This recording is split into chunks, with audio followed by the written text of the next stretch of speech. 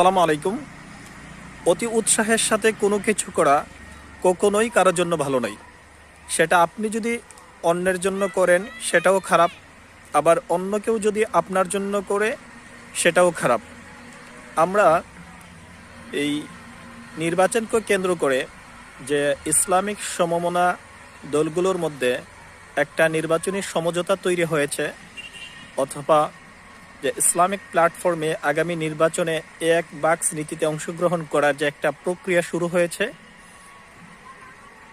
এর মধ্যে জামাত বিএনপির আসন বন্টনকে কেন্দ্র করে আমাদের তৃণমূল পর্যায়ের কিছু ব্যক্তিবর্গ অথবা ইউটিউবে যারা ইসলামিক আন্দোলনের কল্যাণ অথবা জামাত ইসলামীর দলের কল্যাণের জন্যই ওনারা কথা বলেছেন, কিন্তু ওনাদের এই কথাগুলো যে যে মাঠ পর্যায়ে তিক্ততা তৈরি করেছে এবং ইসলামিক সমমনা দলগুলোর প্রতি একটা মানুষের সিম্পিতি যে তৈরি হয়েছে তার ভাবমূর্তি নষ্ট করেছে, এটা আসলে উচিত হয় নাই। এই জন্য কখনো অতি উৎসাহের সাথে নিজেকে সংযম না দেখিয়ে বাড়াবাড়ি করা, অন্যের সম্পর্কে অহেতুক তথ্য বিভ্রাট তৈরি করা, এটা আদতে নিজের জন্য ক্ষতি। আর আপনি যার জন্য যে মাঠটাকে খুব সহজ করতে চাচ্ছেন অথবা তার ভালো কল্যাণের পক্ষে কথা বলছেন, এটা আদতে তার জন্য ক্ষতি। এই জন্য যেই কোনো ক্ষেত্রে আমাদের সংযমের সাথে কাজ করা উচিত।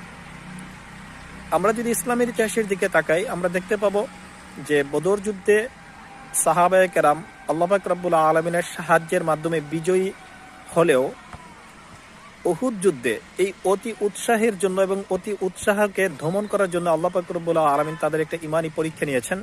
এই জন্য বিজয়ী হওয়া সত্ত্বেও বা বিজয়ের প্রান্তে পৌঁছেও পরবর্তীতে পরাজয়ের গ্লানি মেনে নিতে হয়েছে। তার কারণটা একটাই, যে মুমিনদেরকে, ইমানদারদেরকে এই শিক্ষা দেওয়ার জন্য যে কখনো অতি উৎসাহের সাথে অতি আবেগপ্রবণ হয়ে অথবা আপনি যার কল্যাণ করতে চাচ্ছেন যে আপনি তার সবচেয়ে বেশি শুভাকাঙ্ক্ষী, এই জিনিসটাকে ব্যক্ত করতে গিয়ে কখনো অতি উৎসাহের সাথে কোনো কিছু করা যাবে না।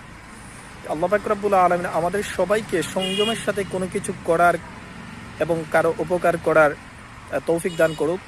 বিশেষ করে নিজেদের মধ্যে নিয়ন্ত্রণ রাখার এবং পাশাপাশি যদি কোনো সিদ্ধান্ত নিজের বিপক্ষেও যায় সেখানে ধৈর্য ধারণ করার তৌফিক দান করুক।